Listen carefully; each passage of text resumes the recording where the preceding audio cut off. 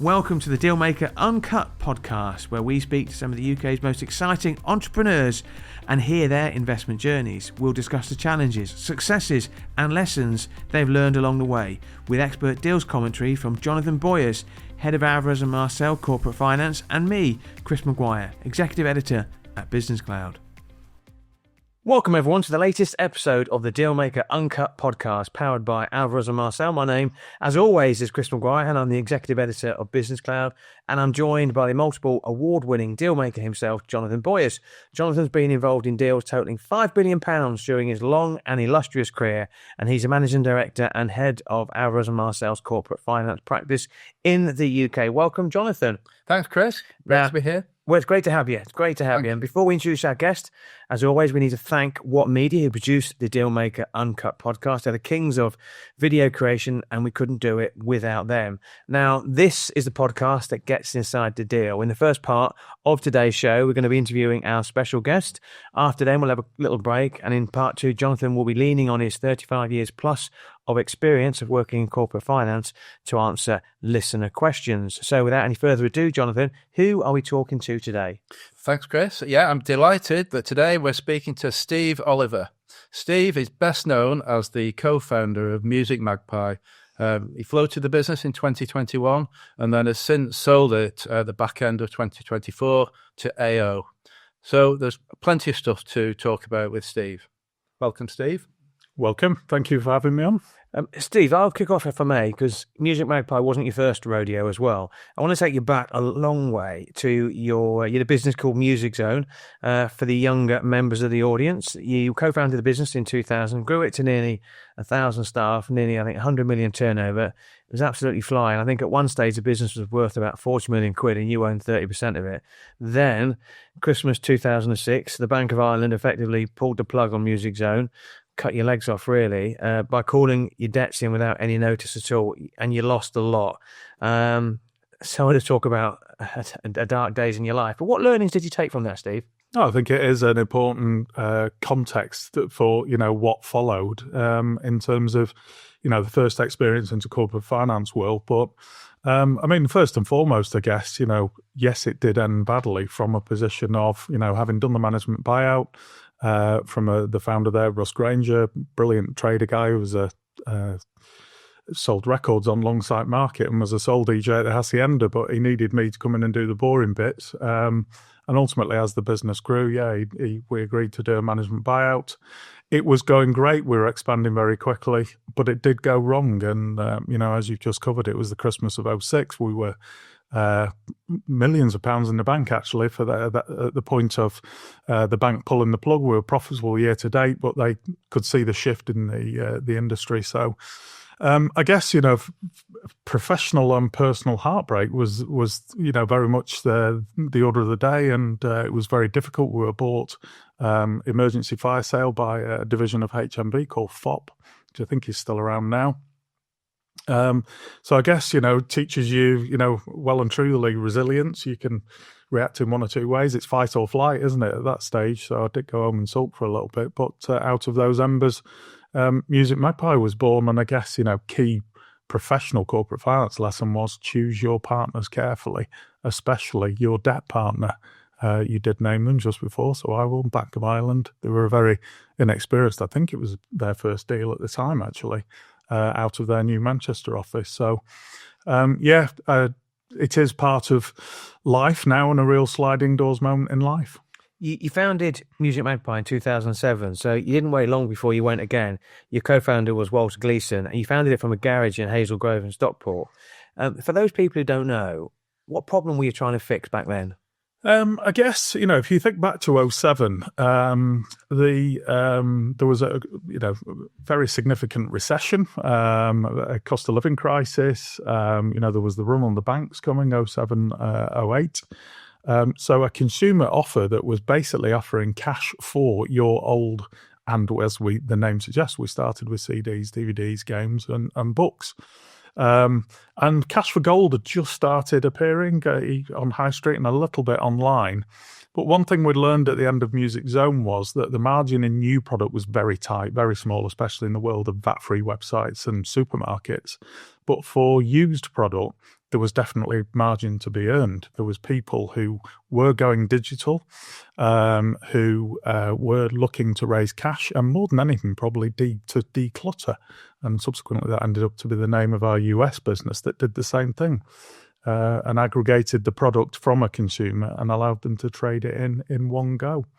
So yeah, that was a huge learning curve for us, but essentially, that was the business model. That was the consumer champion that allowed people to sell stuff for cash quickly and conveniently.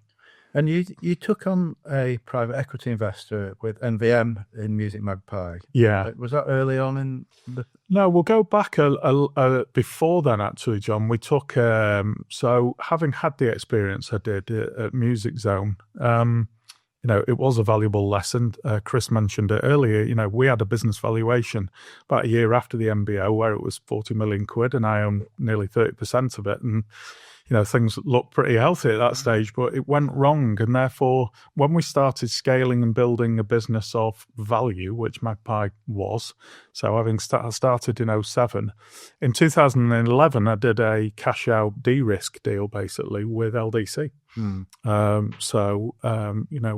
We knew LDC. They were actually our PE backers from the management buyout at Music Zone. So, so we had a very good relationship with them, did that deal. And in 2011, it allowed us to pivot the business. We opened the US business. We started to trade tech for the first time in addition to physical media.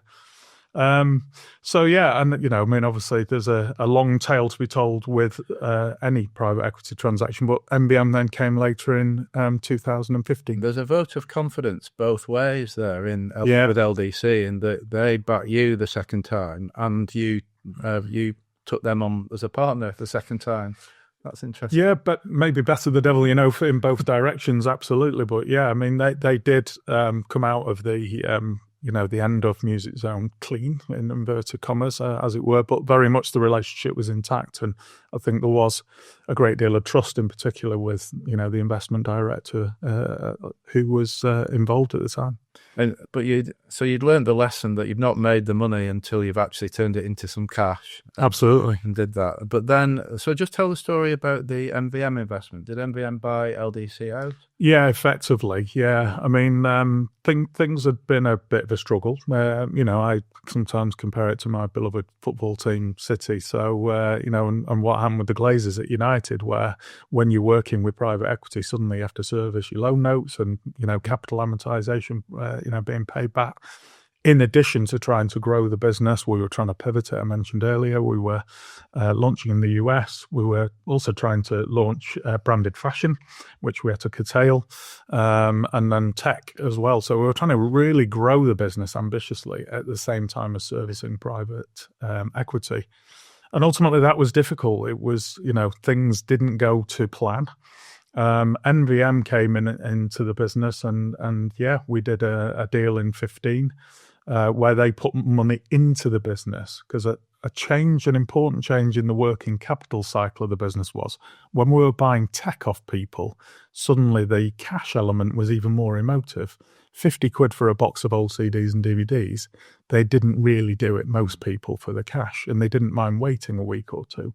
But if you're selling a £400 phone, you want paying straight away. So MVM injected some working capital into the business and took over from LDC. So, because it's interesting, the business pivoted quite significantly away from the old product into the new product, didn't it? Was that about the same time that MVM? Yeah, it was pivoting around that time. In fact, I think it was around 15, 16, where suddenly it was 51% of the turnover was coming from consumer tech. So we were suddenly a tech business doing media rather than the other way around. I mean, sitting here today, 10 years later, media is still 25% of the business. It's an important part of the business. But actually, the future of the business was always going to be consumer tech. Interesting. So you've next then looked at an IPO. I'd have seen you as an entrepreneur by nature, and you successfully managed to work with two PE houses. Yeah. Can you describe? And I think on the IPO, I think NVM made a 12 times money multiple. Is that right? Yeah. Could you just talk about the decision to go down the IPO route? And I'm really interested to hear about the changes that you experienced once under the scrutiny of the public markets compared to the private markets. Yeah. I mean, obviously, it was a very big decision. We did explore a number of options between public and private.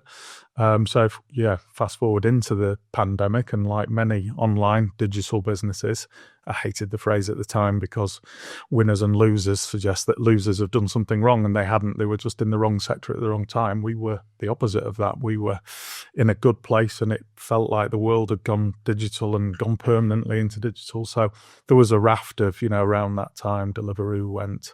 There was a various other online techie businesses who looked to the public market, and it was access to funds to further expand the business. But I mean, let's not pretend that the valuation that we could achieve publicly on the public market wasn't a significant factor in there. It was. I think we could have got close to it with another private equity transaction. On a very small personal level, I was fascinated and interested. I'd done private equity for 10, 15 years by that stage, and I was really interested in the public market as a concept and learning a new world. But also it did allow not just me as a shareholder, but it was a significant, liquidity event for, you mentioned NVM. It was a great return for them, which I was delighted about. They've been brilliant to work with. Andy Leach is a personal friend now, as you know, John. And he's one of the best around. And, it was a great result for them, for colleagues who were part of, EBTs. And there was a number of colleagues that were able to take funds home. And, it felt the right move at the right time. I went and took advice. So obviously, I'm very close with John Roberts now at AO, and I know he did the same when they were considering public. Well, go and talk to lots of people. Interestingly, most of them said, do not do it, Steve. It's tough, it's hard, it's, you're in the scrutiny, etc.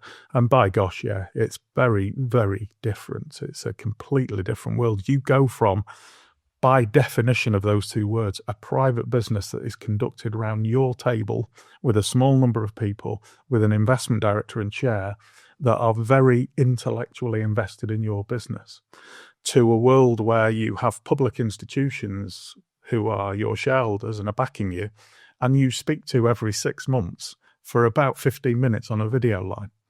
And the first 30 seconds of that call is, hi, Steve, have you hit your numbers this quarter or this half? If the next word out of your mouth is no, you are dead to them. You're in trouble. Unfortunately, because the world was, a difficult place, macroeconomically, we'd had Brexit, we'd had COVID, we had Putin, we had Ukraine, cost of living crisis. There was lots of macroeconomic things that were going on at the time. Unfortunately, we didn't hit our numbers, and it was, a very difficult time. It was a real lesson for us early on. I hear this. Some people go for an IPO because they like the public profile and they like to be in the limelight.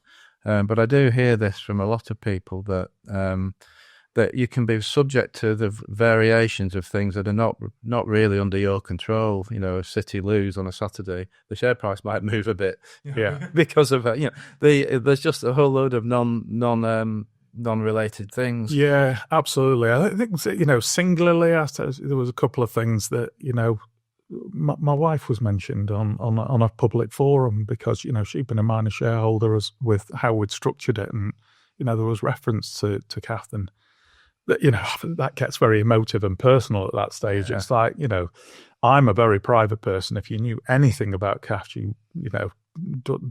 really quite private, etc. Wants to keep us all to herself. How dare you mention, who was the Oscar incident the other year where somebody jumps on stage and takes my wife's name out of your mouth. I get it. It becomes emotive. You're not going to do Will Smith on us now, are you? That was the chap. Thank you, Craig. I knew you get the cultural reference. Yeah. But yeah, it's that word private and now public, and they are very short-termist. And they don't intellectually invest in your business at all. They're in it for the numbers. I was going to ask you a couple of questions. I've done a lot of stories about Matt Moulding at THG, and I've never properly interviewed him. Thankfully, does these great posts on LinkedIn, which are great for me. And he's complained a lot about the markets, the way they're manipulated, the way the hedge funds, manipulate the price, et cetera, et cetera. And I always think, and I looked at musicMagpie for quite a long time, is that you would produce a decent set of results. You're doing a lot of stuff around recycling and about being green, environmentally friendly, et cetera, et cetera. But your share price would drop. And you were literally like, your football manager, people looking at your results, and that's all they're judging you by. Yeah. And that must be really difficult, So if you could do it all again, and you could do an IPO all again, would you? So a lot of people say that, would you do an IPO again? And I always qualify it and say, if the question is, if you took me back 5 years and told me what's going to happen, would I do it again? I'd have to say yes. Yeah. It was interesting. It did teach me a new world. We did have a huge liquidity event. It didn't go well in terms of share price. You are right. I mean, Matt's favourite phrase that I love and resonates very much with you. It's like having your homework marked every night. You cannot help yourself from looking at your share price and what people are saying about you on the forums, etc. Would I ever do one again in the future with any other business I was involved with? Very, very unlikely. I would never lead one. It was hard to be in that public scrutiny. So, yeah, and John, you were right before, things happen that just feel like they're totally out of your control. And, the share price, as we all know, the markets go down as well as up. One question I wanted just to get a little insight for the benefit of our viewers and our listeners is that, musicMagpie is very northern based. You are the epitome of a northern lad. You're from the area. Well, you always you, work. Chris. Yeah, no, I'm an adopted northerner. You're fully paid up member of the North as well. Is that, you've got values. You use a phrase, it's nice to be important. It's more important to be nice, et cetera, et cetera. When you're dealing with the city and you're dealing with these institutional investors as well, who maybe don't share your values, that A, can't be easy to listen to, and B, not to say anything. What's that like, speaking to people who really don't care as long as you hit the numbers? Yeah, difficult is the answer. I mean, you're right. I think life is all about people, and me too. I did psychology at university many, many years ago because I enjoyed interaction and understanding, comms and, dealing with people. They when I do stop what I'm doing, eventually I will miss people more than anything else. And none of us like disingenuous people. And, you understand that their motivation, I get it because it's their job. It's how they're motivated financially and otherwise. But it is difficult when somebody appears, you're pouring your heart out. It's my fourth baby, this business, and you're talking emotively. And I turned up once to a meeting with one of our third or fourth biggest shareholder, who asked me how our passport machines in Waitrose were going. And I sat there, very rarely for me, am I stumped for words, but my mouth moved and nothing came out. Yeah. And actually what he meant was the kiosk that we've deployed in Asda to buy mobile phones. But in his memory, it was something to do with passport machines, because he saw a photo of one that was next to a Photo Me machine in a supermarket. So, but that was his, I'm not necessarily criticising for that. He's got, 15 minutes every 6 months to think about us. You'd hope you wouldn't get that from a private equity investor. That's it, John. They are invested in you. Can I ask, did you think about arranging to take the business private with private equity? Yeah. So again, having done the public transaction, obviously the market cap did drop very significantly. I mean, actually, just for my own sanity, I did a league table of our peer group of the businesses that floated around that time, and actually we were sort of the 12th or 13th, the Man United position in the Premier League these days. See, I knew. I was just waiting how long it would come, and it's coming at 18 minutes. 18 minutes, who had that in the sweepstake. So, yeah, we weren't the worst performing, but no, things had gone badly. So, yeah, we started thinking about what's next, going and talking and having some social conversations with people and thinking about, very much taking, because, I didn't think I would say this necessarily, but I missed private world and having people back round the table who understood the business and would invest in it in every way. So yes, we did. We also looked at some trade options. It did get leaked out publicly that BT had a little look at us. It was only a little look because it got leaked fairly early on in that process. But obviously we ended up doing the deal with AO. We'll come on to that in two ticks. One of the things that I've seen with take private type deals involving private equity, very often a business looks undervalued, and a deal is agreed with a PE house in outline with a premium of 30-40%, and it all looks right, and then lo and behold, a week or two before the deal happens, the share price moves, and suddenly the deal doesn't look recommendable again, and the price. Did you experience any of that, or not really? No, John. It was fairly, frankly, it was very low. So it was flickering around in the single digits of pence. Bear in mind we'd floated at a valuation of 208 million, nearly £2 price, and it was single digits of pence at this stage. Now, this was a business that was still, as Chris said earlier, thank you for saying it, Chris, we were still making north of £6 million EBITDA. We weren't financially distressed in any way. No, we met with AO. It felt right from a very early stage. The deal was all about finding a long-term home for the business and the people in it. And how long were you in that sort of mindset and conversation with them? In total, that public to private process took about 9 months, something of that order. I think the BT got leaked in the December 23. And we ended up doing the 2.7 announcement of the AO deal the following September. It was a long old time, but I'm used to doing deals by this stage. I've done a few, and in a sense, quite enjoyed that process of again, going and talking to a few trade people, a few private equity people. There's a couple of questions I was going to ask, and I'm glad you mentioned that about the fact that musicMagpie was a really solid business. I have sort of personal bugbear when people write really negative stories, the media, about businesses, and they allude to the fact they're basket cases, and actually say, well, have a look at the bottom line, have a look at what their profit is, because you're just basing it on the share price, it's gone from this to this. And, you talk about, what's the phrase you use about your colleagues, magpiers? Magpies, yeah. Yeah, magpies, yeah, So you go into your office in Stockport and every member of your team is a member of your extended family, and that's how they look at it. No, that's how they look at it. So I always got frustrated and I get frustrated when journalists, just write off companies when they shouldn't. So that's the first thing. In terms of you're a straight talking guy.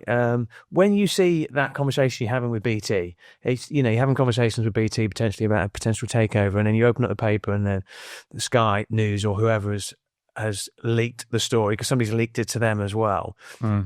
What's that like? Because someone's got an agenda and someone's leaked it for a reason. What's that like? Well, your first reaction is, something rhyming with clucking bell. Who's done that and where's that happened? And, and to this day, I still don't know. Maybe it was one of the other parties that we're in discussion with. I just don't know. But actually, what was an extraordinary feeling is, and again, it was all part of, public rules and takeover panel that you suddenly have to learn. At that point, you not only have to confirm or deny that interest, that you are in a conversation with somebody, you have to disclose every party that you're in conversation with, because you have to agree a list of 6 parties that you're in conversation with, no more than that at any point in time, ironically enough, to avoid leaks. But if one of them comes out, you have to disclose all of them. So it feels like you're trying to play a game of poker and talk about your business and do a deal when everybody's seen your cards because they know exactly who you're talking to. So, our advisors at the time, when it became obvious it was going to leak in the Sunday Telegraph, literally on the Saturday had to phone every party we were in conversation with and say, this is about to come out in the press. Do you want to be named? Or basically you have to give them the opportunity to pull out if they don't want to be named. So we lost other potential conversations who didn't want to be named. One of the beauties of speaking to Jonathan is Jonathan's a really affable guy, as you've probably seen. And you say to Jonathan, how's things going at the moment? You busy? Yeah, really busy, loads of interest, etc., etc., etc. Never gives you a sniff of who. And that's because he is, a man of reputation and integrity as well. Not the same for everybody. I just want to ask one question before Jonathan comes back in as well. Your you did the deal with AO for 10 million. Your motivation was to look after your staff. That was the key. Okay. You're still the CEO of musicMagpie. You're good mates with John Roberts. You mentioned him earlier, the founder of AO, who himself, like yourself, is a northern leader. What's it like, though, going into work when it's not your business anymore, when fundamentally you're an entrepreneur? Yeah, I mean, it is very different. I've reflected on that. This is the first time in 25 years that I've been going into work as the CEO, but not owning any of the business. And it is different. You know, life is a roller coaster, and certainly life as a business owner, as all of your listeners, I'm sure, in that situation will know, is an absolute roller coaster. And I guess how I reflect on it is that perhaps it doesn't work over audio, but if you imagine the trajectory of a roller coaster on the down bits, you have down days. So I have a sales report on my phone. Every day I look at that at lunchtime, and it tells me, it extrapolates roughly to what I'm going to do at the end of the day. So I know what kind of sales day we're having. Mentally, I will then extrapolate that day to the year and say, if we do that every day. Now, actually, on a scale of minus 100 to 100, if you're having a bad day's sales, it's, we're going to be in trouble, we're going to go bust, can't pay the wages. Luckily, I didn't have too many of those days. At the other end of the spectrum, it's like, oh my gosh, we were having an amazing day, we're going to be worth 2 billion quid again. This is amazing. So, you lead that roller coaster life. I guess my main reflection now as, part of a very successful, excellent bigger group is my life is more of a, if not a mill pond, and I still very much care about the business and its performance because I've got professional pride apart from anything else. But you don't ride that roller coaster in the same way. It's because you know that you can just ride those waves out, bad and good. And we are now part of a wider group strategy, which I'm very positive about and excited to be part of. So you've also invested in a mobile barbering service called Uppercut. Do you want to tell us a little bit about that? Yeah, I mean, I guess like a lot of entrepreneurs, I see the life as an entrepreneur is all about finding solutions. There's too many people in life who grumble about the world. And I think entrepreneurs have to, find the solutions that answer those grumbles before they happen. And I've always been frustrated that the only time I ever had in life to go and get my haircut was on a Saturday morning, when guess what? Everybody else does. Chris, you need a haircut, don't you? Yeah. No. I do. I'll send one of our chaps. It is busy. You have that moment of opening the door and it's, there's 6 people in there reading the Daily Mail from 3 days ago. And it's like, man, you don't get the guy you want. Terrible if you don't. If you need a haircut on it's Saturday and you miss the Saturday and it's going to be another week. Yeah. You've got time to... Stop looking at me with it. So I thought, there's a problem that the world has. And then we actually hit the pandemic, and obviously barbers, like everything else on High Street, shut, and we're all getting our kids to do it and wives, and they never let us do theirs, did they? I don't know quite how that works, but so I just thought, there's something that I think, the world has gone mobile. If you think about Deliveroo bringing, bits of grocery around to your house, my office in Stockport sits above the Sainsbury's Express, where the till brings all day every day for average Deliveroo orders of £6, where people are paying £2.50 to have it delivered. So will somebody pay a little bit more to have a service at home, where they want, when they want, by who they want, and they'll pay a little bit of a premium for that? And yes, they will. So met Michael, who runs the Uppercut business. Michael Laws, isn't it? Yeah. Who's a fantastic entrepreneur of the future. I know you've know him a little bit, Chris. Yeah. He's full of energy. He's got a great old-fashioned attitude of, he works really hard. He believes passionately. He's got Jordan working alongside with him in the techie bit. They bootstrap that business, and they, more than anything, they work really, really hard. So, and I think, and actually the plans for that business are that the first application using the technology that the guys have built is mobile barbering for men, but actually it can do a whole range of in-demand domestic services. So it could be cleaning, gardening, babysitting in the future, etc. So, watch this space, but we'll be looking to rebrand that business in the near future. Yeah, I like the sound of that. And you're also passionate about a homelessness charity called EGG, which stands for Engage, Grow, Go. Yeah. And it's helped get, I think, at least 130 homeless people back into employment. Yeah. Do you want to tell us that sounds interesting? Yeah, again, I guess a bit like, how I just described with a business proposition, sadly, we all see, it's very high on Andy Burnham's list, and he feels very emotive about it. And I guess, and this is in absolute no way critical of Andy Burnham's Bed for the Night or somebody like the Wellspring in Stockport who do invaluable work. Their models are generally more short-term, where they're giving a blanket or a meal or a soup or whatever. It's about a handout. And actually, with egg, as the name suggests, what we want to do is a homelessness model where we engage with the client, we work with them with a volunteer mentor and a caseworker who can break that cycle and permanently intervene. So yes, we have got 130 into work in just over 2 years. We've got over 220, I think it is now, back into permanent housing. It's not always just the poor folk who are, lying next to Stockport Station, etc. So obviously, it is a very, very challenging lifestyle. A lot of them, this isn't my word, it's John who was running Egg for us. They are chaotic. They have addiction issues, a number of them. It isn't for everybody for that reason, our service. But if we can catch people maybe towards the top of that, vicious circle, we've helped people who, were driving for Amazon but got sacked because they were caught sleeping in the van because they couldn't afford the first month's rent.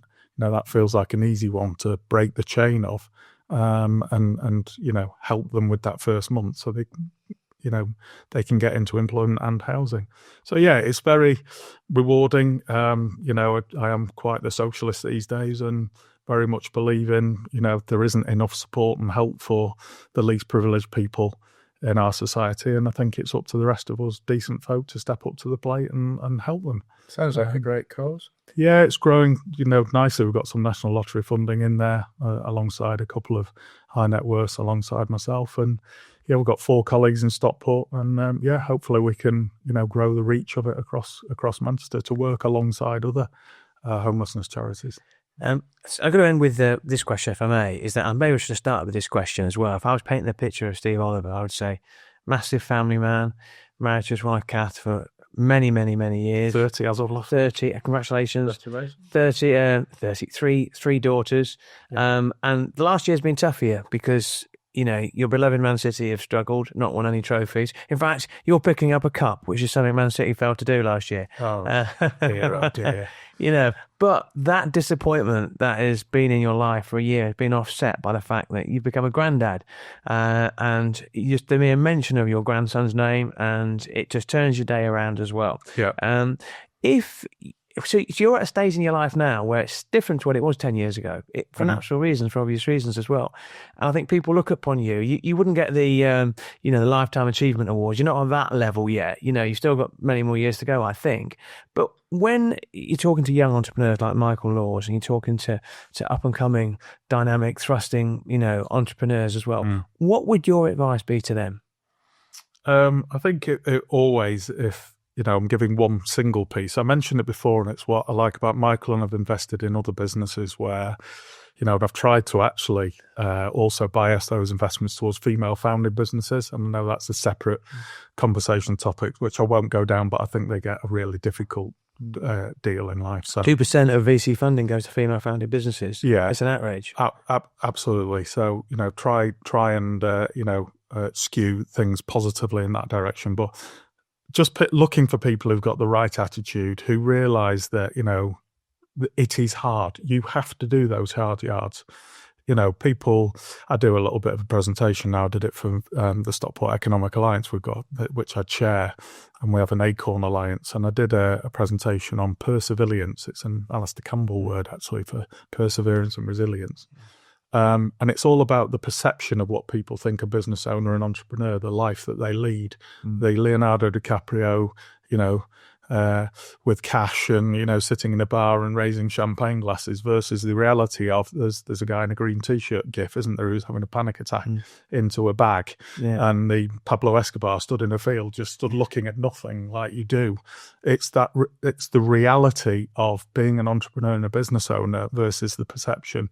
And you have to have that right attitude of, I'm going to work at this.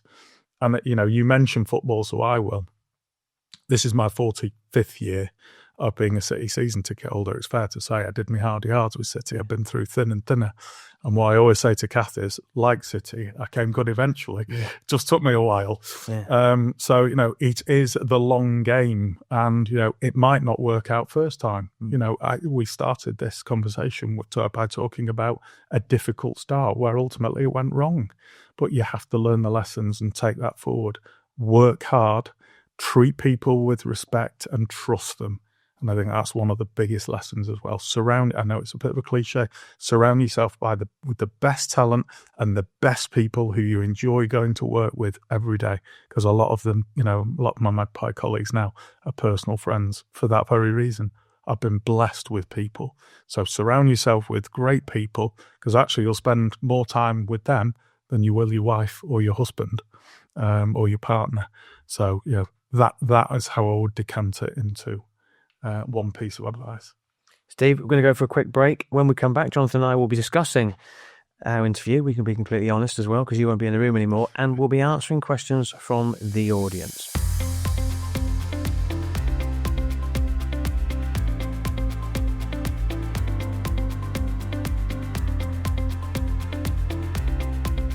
Welcome back to the second half of the Dealmaker Uncut podcast. We've just interviewed Steve Oliver, founder and CEO of musicMagpie.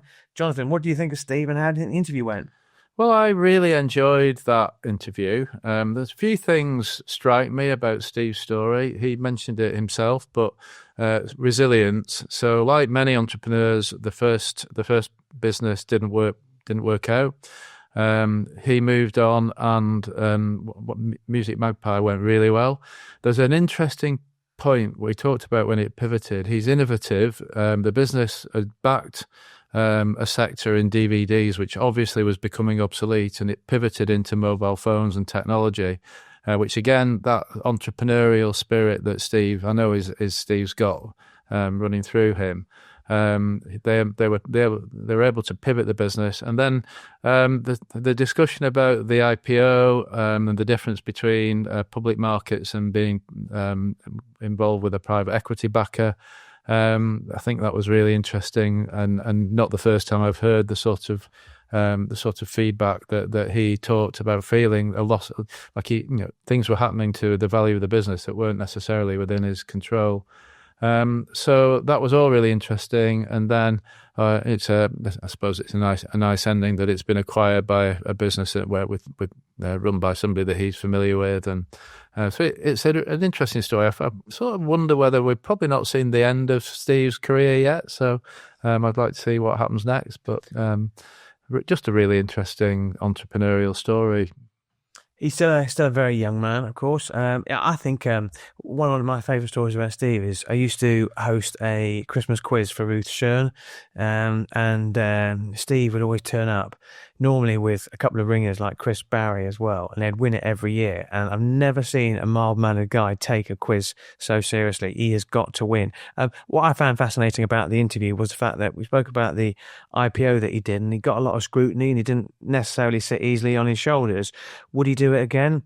Probably, because there are good bits to it, like like you mentioned, the valuation, but also there's a level of scrutiny that for a private guy like Steve, he didn't necessarily like.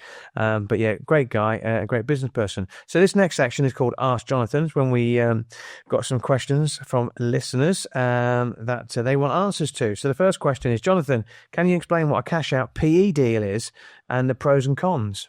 Yeah, so what you're referring to there, cash out private equity deal, one of the options when an entrepreneur is thinking of selling his business, selling his or her business, is a sale to a trade buyer, which is often more of an outright sale, or an alternative is often a deal with private equity. And when they're not quite ready to sell the business outright, there's one option where a private equity house will buy into the business. The shareholders will take off, often up to about half the value of the business off the table. And they'll often raise money to fund growth, maybe acquisitions or something like that. And they move on to a new phase of the life of the company with a private equity investor on board, having effectively raised cash.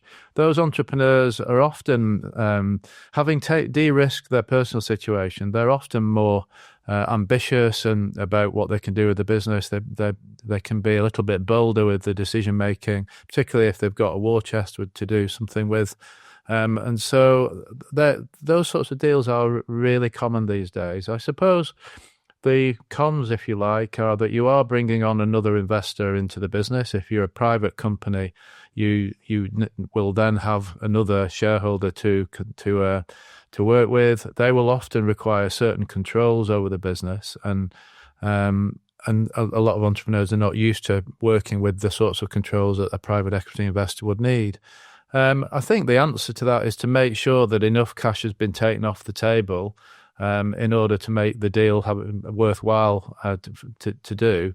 And just make sure that you choose carefully who your new business partner would be in the form of the new private equity house. There's personal chemistry involved in that. There's the house style. But you can, if you've got a good advisor, you should be able to choose carefully and get the right investor on board. Second question, I know this personally in my role at BusinessCloud.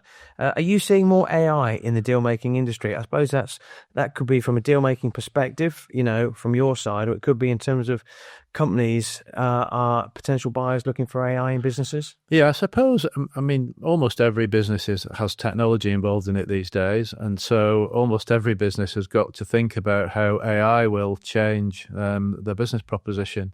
And so all over the place, we're seeing AI is impacting business plans and the strategy to evolve businesses. From a corporate finance point of view, obviously, we are also, our industry is also affected by AI. The areas that we are focusing on at A&M most is how we use AI to develop in document production. So we now have a tool that we can, we produce information memoranda that can take 4 or 5 weeks to produce, and we've looked at deals where we've reproduced it an IM in the old way, and then we now have a technology that we can produce it in half an hour using the same input material. So we expect that document production now will be speeded up very significantly by the use of AI. Also, our people are using AI every day, almost every hour, I would say, in terms of things like researching buyers, looking at comparable transactions. I think it's already all through our business, and there's a few areas that we're specifically focusing on how to use it. But AI has already changed our business. With AI, it makes suggestions to you, and it said Chris Maguire, editor, and it used a picture of Chris Maguire, the footballer, with tattoos down both his arms to illustrate me as well. So that's where, AI is good, but obviously there's some fine-tuning to go on. Last question, and it said deal volume is down for the first half of 2025, but deal values are up. Is now a good time to sell my business? Are you expecting to see a lot of deal activity between now and the end of the year? So there's loads of pitch activity happening either before the summer, over the summer, and we're expecting to be invited to a lot more pitches as soon as we get into September as well. So there are lots of sellers are thinking that next year is going to be a stronger year. Another interest rate cut this week. Recently, and I think that it's not been the strongest M&A market now for 2 or 3 years. I think lots of people are expecting improvements. There's still uncertainty in the market, and I don't think next year is going to be a flyaway year. If you've got a good business, you'll still get a really well attended auction. There's really high quality, fast growing businesses. Still attract loads of people, loads of investors, loads of acquirers. But you can still get deals away if you're careful and thoughtful about how you prepare a business and how you run the process. pretty confident next year will be an improvement. Well, that's good to know. And that's all for this episode of the Dealmaker Uncut podcast, powered by Alvarez and Marsal. Final shout out to What Media and the star of the show, to Jonathan Boyers. Thanks, Chris. I just waited till he had a drink of water before I said thank you to Jonathan Boyers. Don't forget to subscribe to the podcast. Tell your friends and family. Follow us on social media. Give us a rating as well, because that really helps with the algorithms. So that's all from me, Chris Maguire, at the Dealmaker Uncut. Thank you for tuning in to the Dealmaker Uncut podcast. We hope you enjoyed today's conversation and found it insightful. If you like what you heard, be sure to subscribe and tell your friends. We'll catch you in the next episode of the Dealmaker Uncut podcast.